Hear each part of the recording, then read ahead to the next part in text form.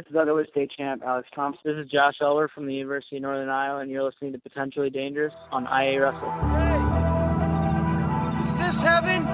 No, it's Iowa. From high school to international wrestling, on the mat and beyond, this is the Potentially Dangerous podcast with the guys from IA Wrestle. If you're a fighter, you like a fight. If you're an American, you like a fight. If you're an Iowa Hawkeye, you know you're going to get a fight. Subscribe to our podcast on iTunes and all your podcast-friendly apps. And follow us on social media platforms at IA Wrestle. Time to strap it up and get to the show.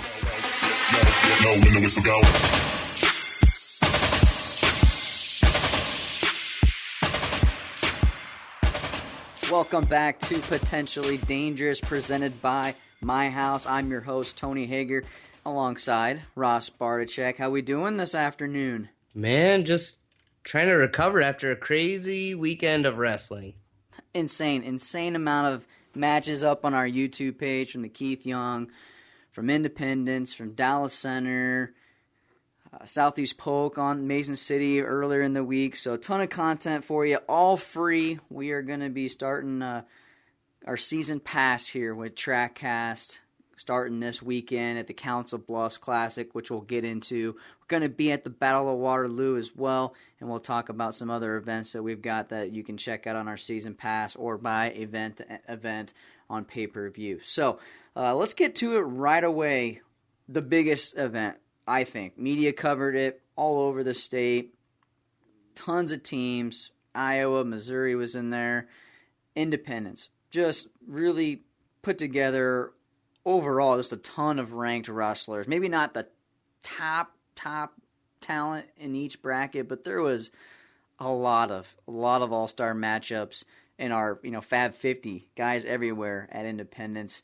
What's your first takeaway from Independence that once you look back at all the results or when you're following it from Lars? Perfect placement by Eric Shares, by the way, putting the Independence tournament in his stock up. Definitely a growing tournament. They're doing some great things. And if you're looking at the result at this tournament, I think your eyes are immediately drawn to the 120-pound finals. Tony, I just threw it out there, before I even got a chance to watch it myself. But I trusted my man Lars. He said, this is the match of the year. Put it out on social media calling it that, and I think it delivered. I don't know if we'll get a match that good the rest of the year. It just, you're coming in, you're thinking Teskey's the better guy because of national accolades. He's coming off that Fargo runner-up. West has got the better of him early, and then Teskey just kind of storms back, ends up finishing him off with the fall. Just an incredible match, start to finish, constant action. If you want to sell the sport of wrestling, you show people that match. That was boom goes the dynamite, fresh as cabbage match. Teskey coming back. We're talking about a wrestler going for his fourth state title with an undefeated record. Not very many wrestlers have done that in Iowa, so I have to imagine that people were on the edge of their seats thinking that Teskey was going down. The Fort Dodge fans had to have been just kind of biting their nails. But Teskey has a motor on him. He keeps on going. He was kind of a little bit banged up going into the season a little bit. That's why we didn't see him at our event. So I don't know if some of that off-season work, people were kind of worried about him, but his motor counted in this match. I wouldn't say he broke Bryce West, but he kept on going. Bryce kind of eased off a little bit from their feet, and Teskey just kept on going and going and going and caught him. He caught him twice. He almost had him one time, and then he came back to it off a bad shot and got it done. So that cradle, oof. When you're at this level of wrestling, you get somebody on their back, it's almost impossible to get out of it. So when West got off the first time, I was like, all right, he might be all right, but that Teskey put him on his back again. It was all she wrote. So that was a big one. And so obviously that's like the main headliner, but there was a lot more to take away. Tony, what was your biggest overall impression? Everyone knows that New Hampton's going to be just stellar. I mean, with Gertz and Millage and their whole team, it's just they're extremely deep. 285 points, 4 dodge in second, and they did that without Michael Millage, 2-time state champ, transferring in, and Gertz didn't win. Gertz got beat by Tristan Lara, who wrestles for 4 dodge. So this is just a testament of how good that New Hampton team is. Tournament team, they will be tough to beat. It really kind of depends on how their sectionals and districts will shake out, of how many people they will get to state, but they're going to get a truckload of them, and they're going to score a ton of points. Yeah, Noah Fye taking second at 132. He's obviously a big hammer for them.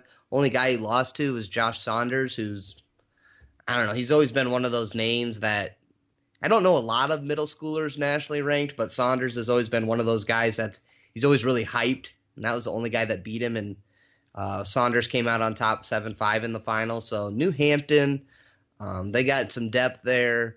Added Millage here. I guess I don't know exactly when his official return date is, but I got to imagine they're just going to be unstoppable. I really thought Solon was going to have a good shot this year, but watching New Hampton come into Independence and just run away with this is just, I don't know. Solon's going to have their work cut out for them. Another 113 pounds. Cale Happel, obviously, lit up our website when he beat Sam Lloyd there earlier, like last week, I think it was. Lars basically coming out and saying, Cale Happel has arrived, but maybe in that class, but he steps up with Drew Bennett, and Drew Bennett lets him know that he's got a long ways to go, and dominated Cale Happel in that match. So I think Drew Bennett is still one of my favorite wrestlers that we have in our state. I'm huge on him. So to see him take this tournament and kind of let Cale know where he is at, don't give him the crown yet, I think was something to take away from this tournament. But overall, Independence is doing the right things here. They're going after, they understand getting top teams, what it can do for attendance and streaming hopefully in the future. So, this is a big event for them, and they're wanting to make it any bigger. I did hear some complaints. I'm not sure if you saw, but is their gym big enough? Is their auditorium big enough for 32 teams? And I wasn't there, so I'm not going to give an opinion. But I did hear some people, saying, if they go to 32 teams, there won't be enough room. But from the pictures that I've seen of Independence, it's a massive gym. So they must have packed them in there, fans-wise, for people to say that there wasn't enough room.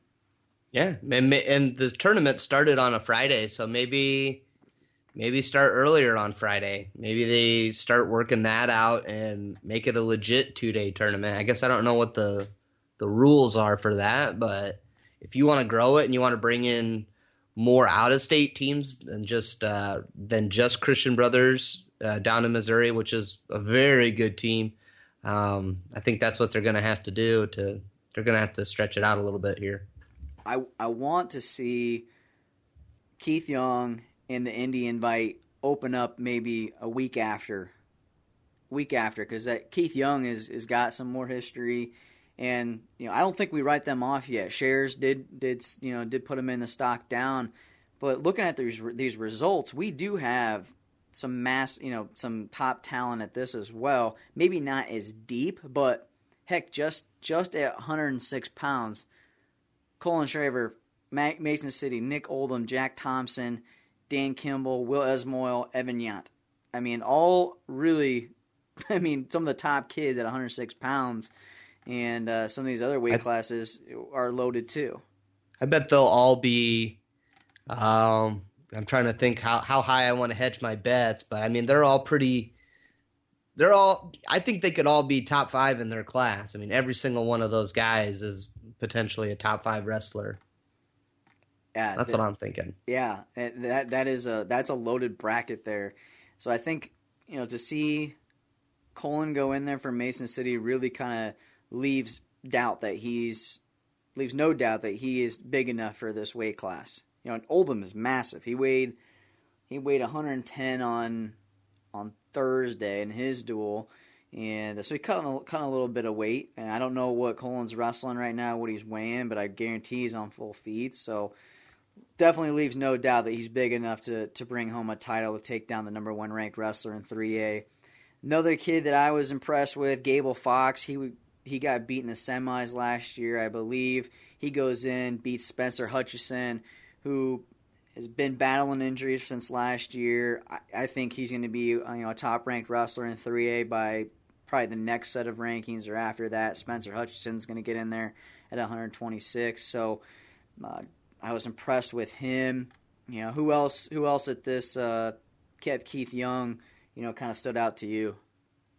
Probably Austin Yant was a big one. Ranked number 2 at 152 in 3A. And then you got Joe Kelly of West Liberty, who's ranked number 1 in 2A. And I felt like, Joe Kelly was probably one of the better wrestlers last year in 2A at his weight. He just kind of had Matt Malcolm, who's a bit of a buzzsaw. So I was kind of expecting Kelly to come out on top of this bracket. So to see Yant win that match was pretty huge. And then the other match, Joel Shapiro continuing to get it done. He's the number 1 guy going up against number 2 Zach Wagenhofer, Waverly Shellrock. That was a 4-2 match. But, just those two, 152 and 160, you had a number 2 versus a number 1 at those weights. And in one instance, the number 1 guy defended his ranking, and in the other, you had Yant coming out on top, which, I was really impressed with. How about Connor Corbin? He's a stock up for sure in Eric's stock report this week. Defeated number 5, number 1, Cadence. 3 ranked wrestlers. Yeah, and he beat Caden Sauer from Dowling Catholic. That was the second time he's had to beat him this week. They wrestled in a duel Thursday night. So, I don't even know how many top 5 guys that is. Is that 5 top 5 wins in 1 week, in 3 days?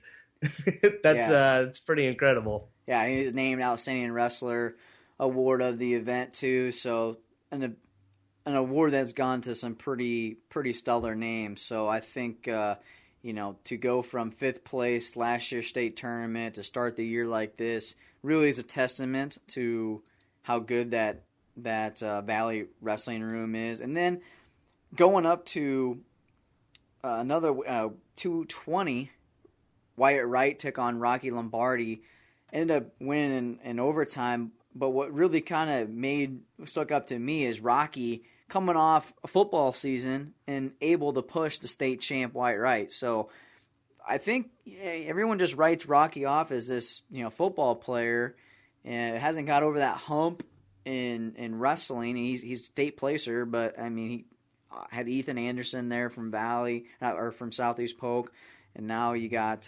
Wyatt there. So props to Rocky for going from football to wrestling right away and competing at a high level there too. So great event as well. Yeah, and just it's crazy, Tony. I loved looking at our post lineup. I'm not sure when this podcast is going to go out, but I'm looking at just Tuesday morning right now. It's going to start off with Keaton Gertz versus Chase McLaughlin, 2 number 1 guys going. The Yant Kelly match. Wright Lombardi's going up, and then the Dallas Center Grimes tournament, Max Tracy versus Brock Espalin. Those are just matches that we already know are going up tomorrow. Just an incredible amount of wrestling done this weekend. So we'll take you all the way through the week here with multiple matches from Keith Young. Got some from Dallas Center as well. There were some big matchups there. Max Tracy was there. Hunter Fance was there. Chase Schultz was there. So just to name a few, so we'll be getting those up. And Cam Kramer, shout out to him, new guy for IE Wrestle, is going to be doing some footage for us. So the IE Wrestle team is growing. People want to give support to this wonderful sport we have, and believe in what we're doing here at IE Wrestle, growing wrestling here in Iowa and growing the IE Wrestle brand. So props to Cam Kramer for stepping up. But this weekend, another big high school tournament in Iowa. Council Bluffs Classic, and IE Wrestle partnering with Track to bring you the semifinals and finals live Saturday. Guesstimating that semifinals will start around 12 o'clock or so. Final start around 3, but they added some teams this year, so it could be a little bit later. But based off Kurt Crittenden's quick math here, there's going to be over 120 ranked wrestlers at this event. Iowa has 44, Nebraska has 37, Kansas has 21, Minnesota with 18. And then we don't have a count on Mizzou because the Mizzou rankings cost a little money. So we're going to have obviously that ranked match count for you. But that's a top event in Iowa as well. When you look at the whole season, that's the go-to match that you got to be at. Apple Valley is there. It's just Kearney, Nebraska, top-ranked team out of Nebraska. So it's going to be an exciting event on Saturday. Is that a shout-out to Any Wrestle rankings in there too, by the way? AnyWrestle.com. Rankings are up. Rob Sanders and company knocking those out for us. So they're legit. If we're doing the Iowa and the Nebraska ones, those are legit rankings. Yeah, so if you want to get any kind of information on Nebraska, if you like what you're getting from Iowa, say you're on the west side, a few Nebraska people, check out NEWrestle.com. We've got rankings up there. All the content, as you know, from there is going to be free. We're going to have a few live streams that are going to be cost money, of course, to run that type of equipment. But go check out, see who some of these Iowa guys are going to be wrestling in Nebraska on NEWrestle.com. But this Council Bluffs Classic, I think I'm most excited to see a potential matchup. There's some little birds in the air chirping in some ears, and I've been hearing some news that Brody Teske could be going up to wrestle Alex Thompson Underwood. If Thompson wrestles, we're not really for sure, what the deal is with Alex, but this could be a clash of two undefeated wrestlers, two-time state champs going for their fourth state title. Really, one, if this goes down, is going to come down as the top pound-for-pound wrestler in Iowa. Thompson's got the edge now, probably. He's had it. He's kind of been the anointed one. So I think Teske feels a little bit like he's got to prove it. So I wouldn't be shocked if you see Brody Teske up a weight class, but he would be giving up some weight. So, it's going to come down to whether his body, if he feels like his body can adjust to going up a weight class. But what do you think? What can we expect from that type of a matchup? Oh, man. So we just got done talking about the potential match of the year. Might have to rescind that statement if Teske Thompson goes down. What did we talk about when we were talking about Teske West? We're saying, Brody, he's a goer. He just keeps going. He's got that motor. He's got that energy. He doesn't quit. And then you think of Alex Thompson, you think the exact same things. You think of a guy that likes to score. He's an animal from his feet. He can score multiple ways on his feet. So you got two guys that love to duke it out on their feet. I'd be curious how the mat wrestling factors in. If Thompson's got to go underneath at some point. I don't know. He's probably going to pick neutral, try to keep it on his feet because that's where he's best. But I just, I don't know. This could just be a shootout. Well, we'll find out here. Teams have got to submit their teams here. I think the tournament director told me that they got to have their teams in by Thursday. So we'll know soon. Wrestling gets started underway on Friday, and we'll have coverage from you for the 2-day event. But the live streaming will be on TrackCast. We'll have a link up on our website to how to get there in our IE Wrestle portal, so you can check that out. And first event of the year, many to come. We're going to be at Battle of Waterloo. Then we'll be at Southeast Polk versus Valley, and we'll be at the Ed Winger Classic, a classic every single year. And then some other events that we've got on the docket: Valley versus Fort Dodge at Valley. Obviously, 2 top-ranked wrestlers, so we'll keep adding to that. And you can buy a season pass, or you can do pay-per-view per event. that you'd like to see, but that's going to be something that we're going to be offering you as a season pass. You pay one fee, and you can get any events that we have from now to the end of the season, and we're going to be picking up more events, the more events that they come available. So pumped about that. More information that you'll see this weekend in the coming weeks about the season pass. But big news, let's switch to college. A lot of people maybe forgot about Bubba Hernandez, but Bubba was... We didn't. We didn't, and he's been, kind of lurking in the shadows at Iowa State, hasn't been able to pull through, hasn't been at a weight class that, he's been comfortable with. John Meeks is there, so I think that kind of been a factor.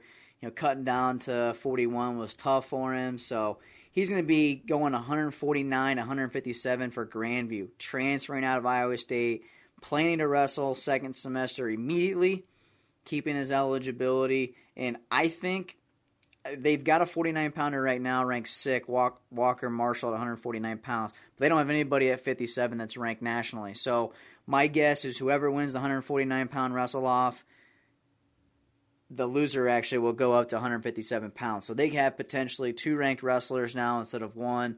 And I think Bubba Hernandez is the type of guy that can go in and be successful at the NAI level. We've seen quite a few, not to throw a stone here, but we've seen quite a few guys drop off that Cyclone roster, head over to Nick Mitchell. And, you got to give Mitchell and that Viking Wrestling Club and all those coaches there, you got to give them a lot of credit. Mitchell really gets the best out of all the guys, and he does do development there, and you see guys that they're having fun, they're scoring points. So we could potentially see Bubba go there and really blossom as a wrestler, and I'm excited for the potential that Nick Mitchell's going to maybe tap into and get a potential NAIA All-American. He's probably got this year and maybe next season, so he's got 2 postseasons left in him at Grandview, sounds like. So, count me, and I'm going to sign up and watch him. Moving to JUCO, Iowa is freaking loaded in JUCO. We've got Iowa Central number 2, Iowa Lakes number 3, Iowa Western, they're tied number 3, and Ellsworth in there as well. So 4 teams in the top 5 for JUCO, and so pretty much dominating that class. We dominate Division III, dominate NAIA. Just need to get over that hump at Division I, which we took a big hit there with Corey Clark. So, but the good news out of JUCO, we got that's a division I think doesn't get enough love in Iowa, but obviously Iowa's dominating it. So, let's move on to Iowa versus Iowa State. A rivalry that hasn't been a rivalry as of late. It's been all Iowa, and I think it'll be all Iowa again this year. Iowa State just hasn't had their full lineup in. No one really kind of knows what's going on with some kids, if they're hurt, not hurt. Gabe Moreno hasn't had the year that I think he wanted to start out with. Really hasn't had a lot of success at 141 pounds. So don't know if the weight cut is there or the time off kind of hurt him. But what are you hearing out of Iowa State? Are we going to have a full lineup yet? Or are we still hearing that we just don't know what our lineup's going to be? Are we still going to keep using that as kind of a backbone? I mean, I think it's going to be as close as their postseason lineup's going to be. I think it's going to be as close as we've seen it this season.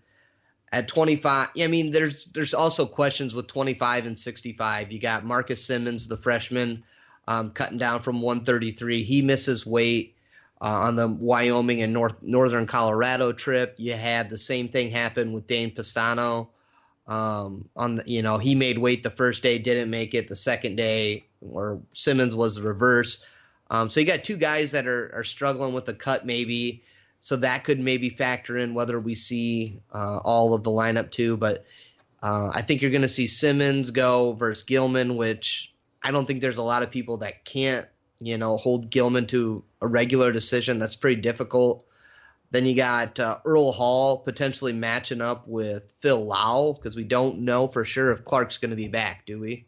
I mean, he's not 100%. Or what do you know about that? Well, I think it's definitely something that we don't know the full story of it. There's people that have some inside information out there saying, he's out for the full year. I've heard he's out till Midlands. And, what I know, it's pretty, it's kind of day by day, but it is serious. Like, it's one of those things where he could go if he absolutely had to go. Like, if Big Tens were tomorrow, throw him out there. But, is it something that they need to, push for an Iowa State duel? I don't think so. So I do not think that we'll see Corey Clark on Saturday against Iowa State. Don't need it. Philip Earl Hall will have no problem with Philip, but I haven't seen enough of Philip, I guess, against some of the top ranked wrestlers. So I guess I don't want to just say that out, But reality is Earl Hall's been around and been wrestled some of the top guys in the country. So you had to pick Earl Hall there. So looking at the rest of the lineup. 174 would be probably will be a good match. 184 could be a good match if we got Patrick Downey there as well. So, story with Downey is a potential broken rib. That's why he forfeited out of the Cyclone Open. They were planning on holding him out of the Cliff Keen Las Vegas Invitational, hoping he'd be back by this duel, and if not by Midlands. But I think going back to last year. I think it was who was he wrestling? Grandview, Hansen. Eric Hansen? Is that his name? Evan Hansen. He was wrestling Hansen, and he got hurt in that match. And there was a lot of talk that he'd be back by the scuffle, and so I kind of wonder, I hesitate to say that, their optimistic thinking was Downey would be back by the Iowa duel. I mean, there was a lot of optimism Downey would be back right away after he hurt his rib last year. I don't know if it's the exact same injury or what, but, I just tend to be a little bit more hesitant because, again, I don't know if I see the reason to rush Downey back if I'm Iowa State either. I think this duel is going to be controlled by Iowa, so there's no sense in running him out there if he's just going to continue to be hurt when you need him for the end of the year. So definitely don't know we're going to see him either. So that duel will get underway on Saturday. You can watch it on the Big Ten Network Plus, I believe. But we're planning on having somebody at Carver for a play-by-play. Obviously, we're going to have some boots on the ground in Council Bluffs. That'll be important to us. So, but we're still going to try to get somebody at Carver for our normal play-by-play on iawrestle.com. We'll get that figured out for you. So, anything. Really, 74 and 84 is really the most kind of compelling matches of that duel. I mean, maybe Stephen Holloway against Queen Smith, but Queen Smith has kind of been up and down, losing matches that he shouldn't lose. And, Holloway's really, I think there's a lot of buzz around him, and there's going to be a lot of people in Iowa that are excited to see him on that Iowa mat. So I think there's going to be a lot of fans there just to see Stephen Holloway. Yeah, it's kind of crazy. We've seen two Smiths to start the year. He had that first road trip where he got a win to start the season. Then he goes up to Wyoming and he loses to an undersized opponent. Then he heads back the next week to Cliff Keen and he takes 8th place out there, which is, an incredible rebound for him. So Holloway's going to be undersized. He's going to be quicker for Smith to deal with. We'll see how that factors in. I think Holloway's definitely capable, even though Quion's a pretty, he's solid for a heavyweight, not elite. But so he's susceptible to a loss. I think that's kind of a toss-up match right now. Kind of wondering if we'll see John Meeks at 41 then, and he'll be taking on Topher Carton if it's Meeks. I'm feeling like that's a pretty compelling match. If it's Marino, I'm feeling like he's just not there right now. He's coming off a pretty disappointing UNI Open himself. So if it's Marino versus Carton, I'm kind of leaning definitely toward Iowa.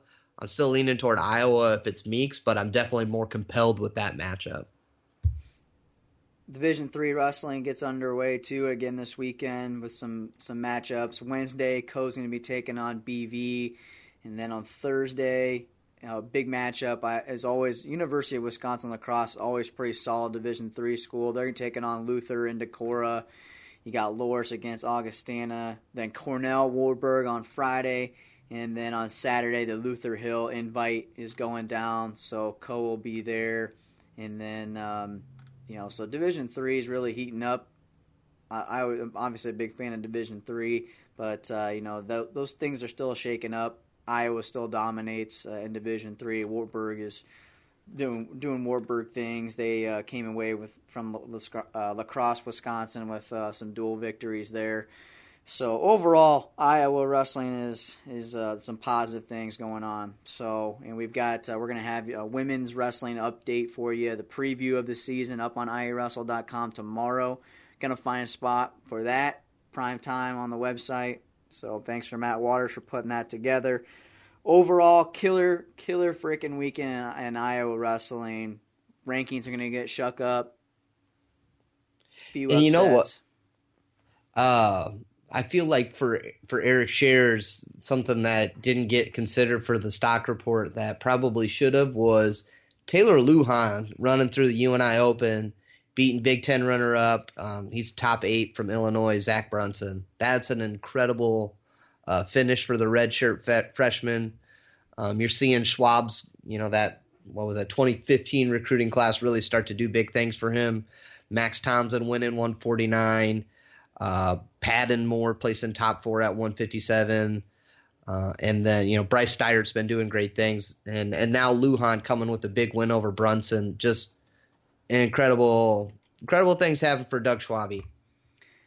Yeah, I feel like Doug's kind of had a weird year. We've had some injuries with Cooper Moore, had some good duels, and obviously had a good UNI Open. He's had some bad with the good, so I feel like he's just kind of had a weird year, which we've seen in the past with Schwab and UNI. So, got to be some positive Panther fans out there for what happened at the UNI Open. And if you're in the Des Moines area, actually, this Wednesday there's going to be a Panther Wrestling Club in here in Des Moines at the Beer House.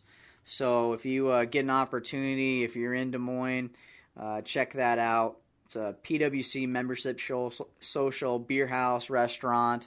We're going to have some information up on our website hopefully tomorrow for that. But Doug Schwab will be in attendance. The whole staff will be there. That gets started tonight, actually, December 7th at 7 o'clock. Appetizers, drinks, and you get a rare opportunity to sit down and talk with Doug and get a little dirt maybe on the Panthers of how they're doing. But they've got some big duels coming up. Wisconsin on December 11th. They're going to the Southern Scuffle January 1st. So those are two big events that the Panthers have coming up. So there's this is kind of a lead up to that. But for Ross Barczyk, I'm Tony Hager. This has been Potentially Dangerous, episode 75, and we will see you at the Council Bluffs Classic right here on iawrestle.com.